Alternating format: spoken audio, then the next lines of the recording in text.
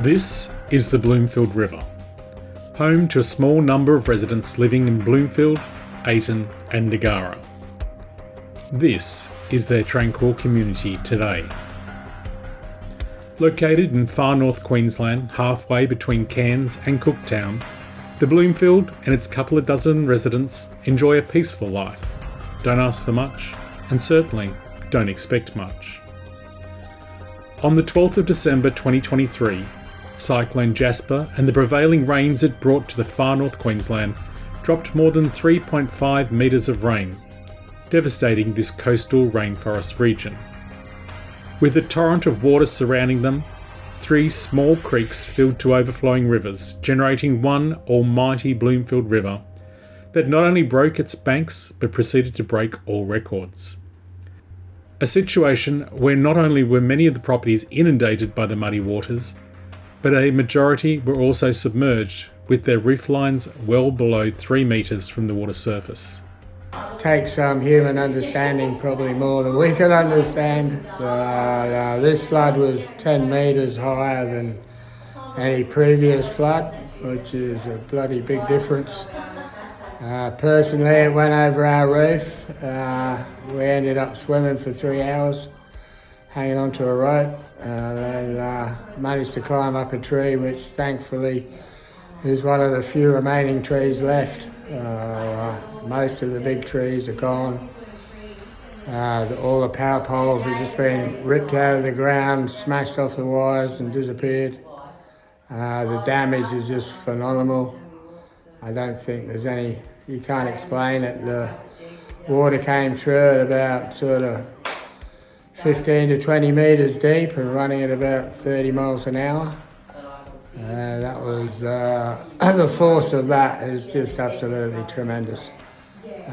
Nothing stood in its way. Only lucky our house is better brick and brick, so the basic structure remained. Inside it went 2 metres over the roof. So inside is pretty destroyed. We're trying to clean it up, but it's a hell of an effort. Many harrowing stories came from this night, of what only could be described as the ultimate terror for many. Well, he didn't come back to save me, I wouldn't be sitting here, because the fridge blocked the gate.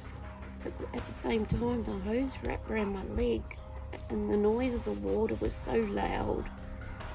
And Paul's got 2 dogs on leads, and I'm screaming for him to come back.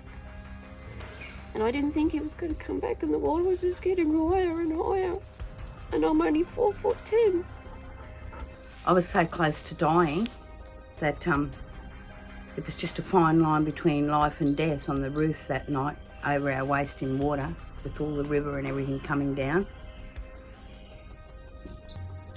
Billy and Michelle Dunn, who have called this region home for the past decades, had to swim out their kitchen window and spent 3 hours in an air pocket under the veranda before saying their goodbyes and letting each other go. Both washed downstream and then spent a further 12 hours hanging in a tree, pitch black, in the middle of what was once a rainforest, with gushing water surrounding them and the fear of the many other creatures and reptilians that inhabit this area. This was only one story of these residents, who either sought safety sitting on their rooftops or grasping onto a tree, hoping and waiting for help that never came. Those that got through to Triple O were advised there was no help coming. Fend for yourselves. It will be the following morning at first light that the first sign of help arrived. Local man Alex Dunn and his small boat rescuing 17 residents from the trees and rooftops where they desperately held on for what would have felt like an eternity for many. This brave young fisherman put himself in danger battling the incredible currents that could have also easily taken him and his small boat. The hours turned into days and days into weeks, and whilst the local community started to clean up themselves with the basic equipment that remained, battling the mud, the onslaught of insects and the relentless humidity, no sign of formal help appeared. To all accounts, authorities had believed that this community had been airlifted from the area in the same way the indigenous community of Wujal Wujal had been on the other side of the river. This was certainly not the case. It's been a really long month and it's been really hard, and we've been trying to voice and get it out there as much as possible how much help we need, and it's been really frustrating with the wait time and the response. It wasn't until the 30th of December, 18 days after the event, that the first sign of outside help arrived. On what was a trip to Wujal Wujal to site the water infrastructure damage, one insistent local demanded that the entourage of the local mayor, myself at the time, and the State Minister for Water, Glenn Butcher, be taken into the Degarra community. To say that the state of devastation was beyond comprehension is an understatement, and the literal war zone that these people had been subjected to still leaves me emotional. Initially, for probably at least the first 2 weeks, we had zero assistance at all, to the point where people had to go up and get fuel from Cooktown to run generators. We had no telecommunication. We had no. There was no assistance whatsoever. When the assistance did start to come in, it was patently obvious. The barges came into the river and everybody turned left and went to Wujal, which is not to say that Wujal shouldn't deserve the help, because I think they did, but the government assistance was so completely divided that all the assistance was going to one area and not the other. The assistance that we did get then, I have to take my hats off to our local rural fire service. Without them coming in, and they spent 2 or 3 hours hosing my place out. We got all the mud out onto the front porch, and then of course, other people were in the same needs as what I was, so their time was pretty limited. The next level of assistance that came in was SES, and that was a waste of time. Their limitation, it was more about what they couldn't do than what they could. I had tons and tons of material sitting on my front porch, and they wouldn't move it because it wasn't directly in the house. So the SES was, I think, and it's not their fault, it's just that their mandate is so limited that it's not applicable to these types of disaster. They're good at putting tarps on roofs, but that's about where that the best assistance we got was from the Blue Shirts, the Disaster Australia Relief.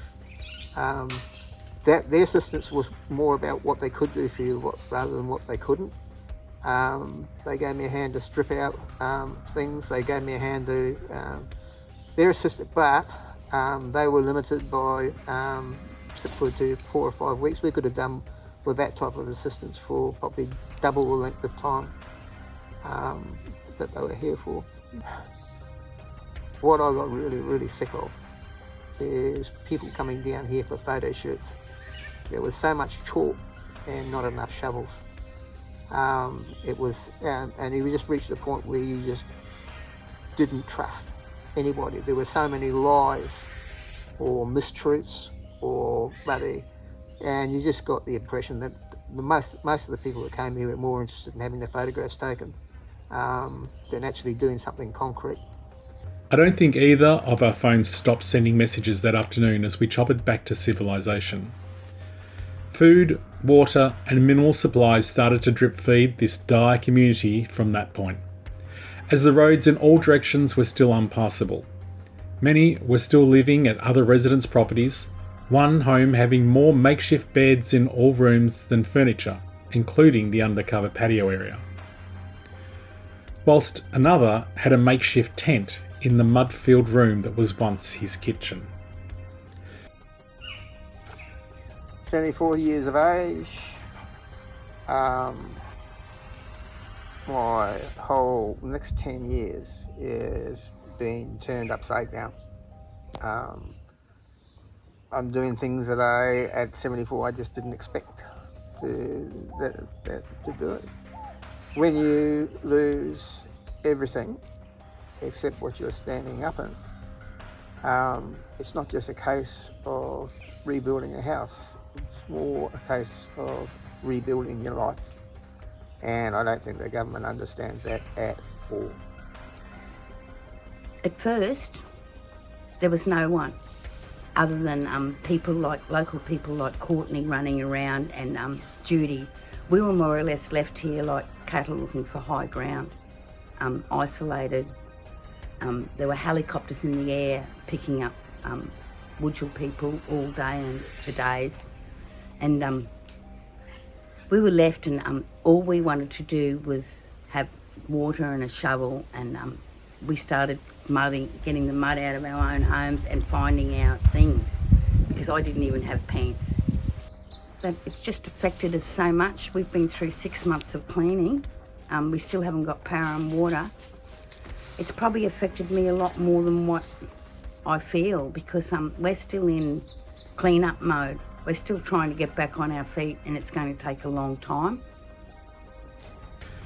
By the 6th of January, 25 days after the event, senior representatives from the Queensland Reconstruction Authority and the National Emergency Management Agency met on site to discuss a plan of action. A lot was spoken about, but for many of these residents, still very little was seen.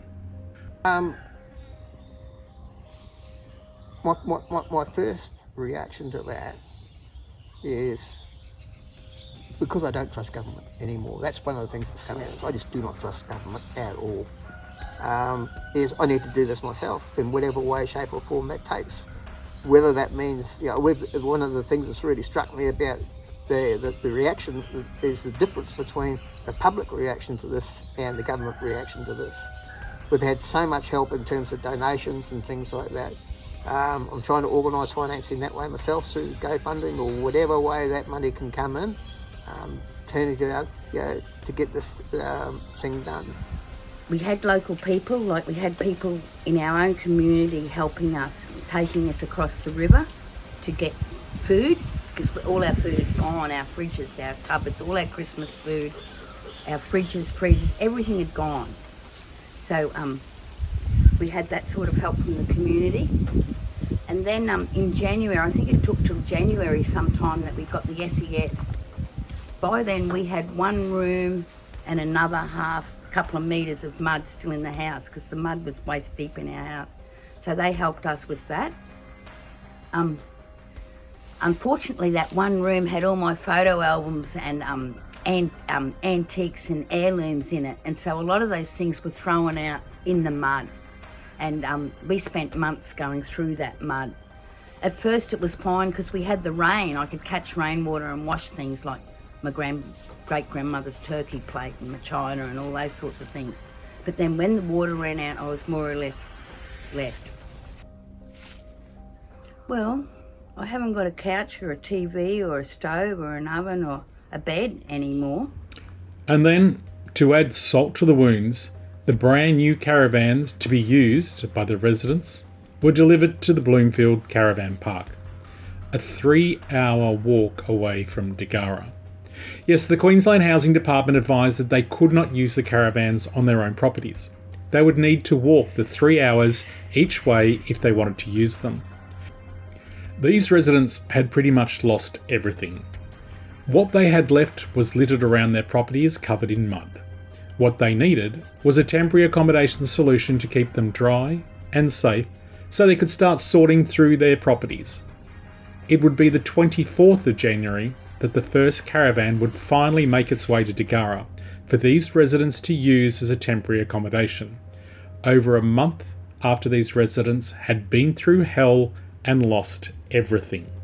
And that's probably one of the things, if I look at assistance over the last 6 months, that's probably the thing that really strikes me the most, is my anger at the insensitivity of government, of the government bureaucracies. Yes, we're grateful to get a caravan, but then to be told that you've got to move out of a place in 4 days, and when you ask, well, where do you expect us to go, they say rent somewhere. and I've had a couple of things that in my dealings with government bureaucracies where they need to be trained in a little bit of more sensitivity. You don't need to be made to jump through the hoops 50,000 times to do the same thing, because every time you jump through a hoop, you revisit the trauma, and it reaches a point where nobody actually wants to even try and get assistance because they're sick and tired of having to do things 50 times over, and every time you do it, it's going to raise the issues all up again. You relive it. As you can see from the carnage that's left behind, really the ADF are great people and hopefully used to dealing with this sort of carnage, and we're going to need a lot of help as the road access is buggered. Everything is in a total mess, and the dead trees and the destruction is just absolutely next level. We need all the help we can get. As you can see, it has been a while since people came to help, but they have been here now, SES. We're grateful for any help we can receive. We don't feel too angry really. We understand that there's other people in other areas in the same boat, and you have to share resources. Resources are limited, but we're very thankful for the help that we did get. We're hopeful of getting more help in the future to go on. As you can see, we need a big hand to clear this mess up. We need help. You keep promising that you're going to bring us all this stuff and we haven't seen any of it yet. So yeah, we need help, please. By this point, the SES had began arriving in small numbers and assisting residents where they could. Not having clean running water or an ability to get it for the washouts proved more than a problem. For many residents, they now had solid dirt rather than mud, and the consideration of more water in their properties at that stage was emotionally becoming too much for many residents. They were losing all faith and hope that this would ever become a better situation. It's not just that you're going to have to rebuild, you're also going to have to deal with PTSD for the next 10 to 15 years, if I live that long. It's like Rosie. Rosie's now terrified of wet seasons. One of the things that it's done for me, I have a profound distrust in the Western democratic system of government, because the government, this has been such a complete failure by government, but it hasn't just given me a distrust in government, it's actually given me a distrust in the whole system. I think in a way it's fatally flawed. I mean, and that has side effects, like Rosie with the ladder. I put the ladder up on the roof so we could put Starlink up on the roof, and I can't take the ladder away because Rosie becomes paranoid if the ladder's not there. I just need an escape route, so I know. I don't know if it's going to happen again, but that's my safety net for me. Yeah, that's another thing. When so how things affect you. With the lack of any government thing now, you've virtually got to get all this done before the next wet. Well, Rosie's going to be bloody scared shitless. And then we had the John Ling group. So in some aspects, like the caravan people, they've been fantastic. We've had a dry place to sleep and to function from, and we've got that across the road. So we've got it on high ground where we don't have to fear when it rains, because every time it rains you're fearful. And so the caravan parks, the clean-up mob, they tried to help, but they were so limited in their scope. Like we had a ceiling falling down with mud behind it, and they couldn't do that, so they couldn't come in our house. So I had 3 boys washing pots and pans not very well. One lot of John Ling help, and the next lot of help wasn't much better. And then we were sitting here struggling, And they were spending days on houses that hadn't been, 3 days on a house next door, that was shed actually, that hadn't been lived in for 9 years and flooded every year. They spent 3 days there. And all I wanted was their water truck so I could do something at my own home. And that was the day that I cracked the dummy and said about equity and people getting their fair share and getting to the real flood victims. Assistance, we're still 6 months into it. And I'm still chasing to try and even get the basics of assistance. And I mean, things like, we've got a building grant, or are we going to get a building grant? I've reached the point now where I have so little confidence in any of the government stuff at all that I'm going to go ahead and because I've only got 5 months to do this before the next wet season, and so I'm going to go ahead and do it myself, because I can't wait. I can't wait for and every time you try and find something about what's going on, you might well hit your head against a brick wall. It's As weeks turned into months, slowly each house had most of the surface mud removed from their interiors, and the barrage of fallen trees intertwined with residents' personal properties and the remains of one house that was destroyed, with only the slab remaining removed. The owner and dear friend from that property has never been found.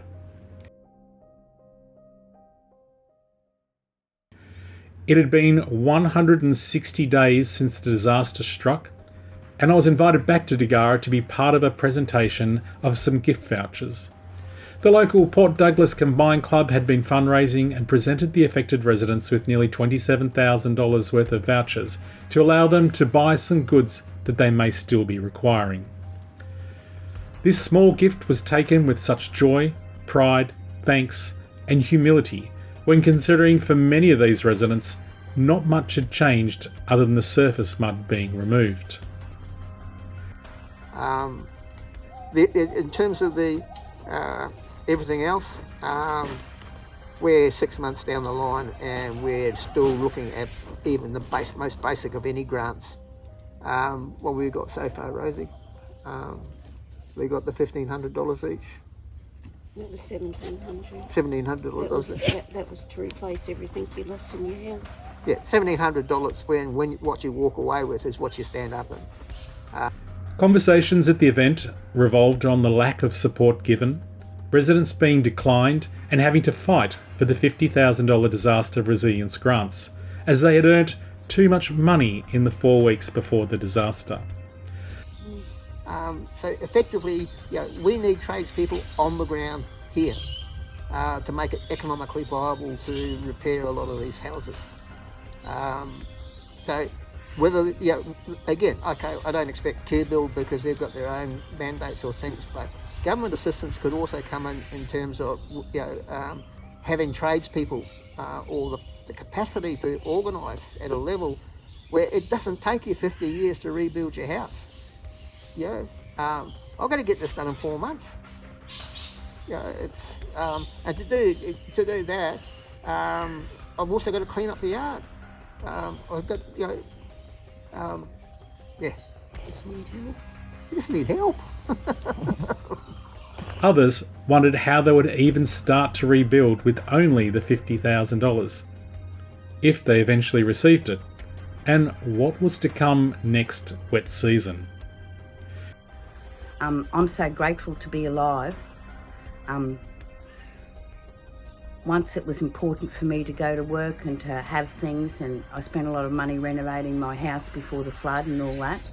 But now those things are no longer important. I don't have anything material left, but I have my life and I have my family, and we still love this place. As you walked around these broken properties, the dismay of seeing brand new white goods sitting on outside patios with the plastic still wrapped around them was bewildering. Let's face it, they had nowhere else to put them, and their houses were nowhere near ready to even get power on, let alone appliances. Many of these properties will still need to have roofs and walls removed to take out the mouldy, mud-soaked insulation, cabinetry still needs replaced, wiring reinstalled. The amount of work more than what many residents dare to even think about, let alone prepare for. From the Prime Minister to the Premier to the varying ministers that first hand saw the results of this disaster, I ask, how would you feel if this was your family member living like this, with obviously no hope of resolve? And where are those politicians that came out for their media photo shoots offering condolences, giving support with promises that it'll all be okay? Well, it's anything but okay. It's a bloody disgrace. Australia spends over $4 billion a year in foreign aid, helping disadvantaged people in other countries, and yet we manage to treat our own citizens with such contempt. These Australian citizens went through an experience that no human should ever have to go through, and they're now left to their own devices with unlivable properties with no sign of that changing, out of sight and out of mind. We have compensation schemes in place for those affected by crime, accidents and injury, yet nothing for those devastated by disaster. As an Australian who pays taxes, I know where I would prefer my tax money to be spent, and that is looking after those who are disadvantaged in this country before reaching out overseas.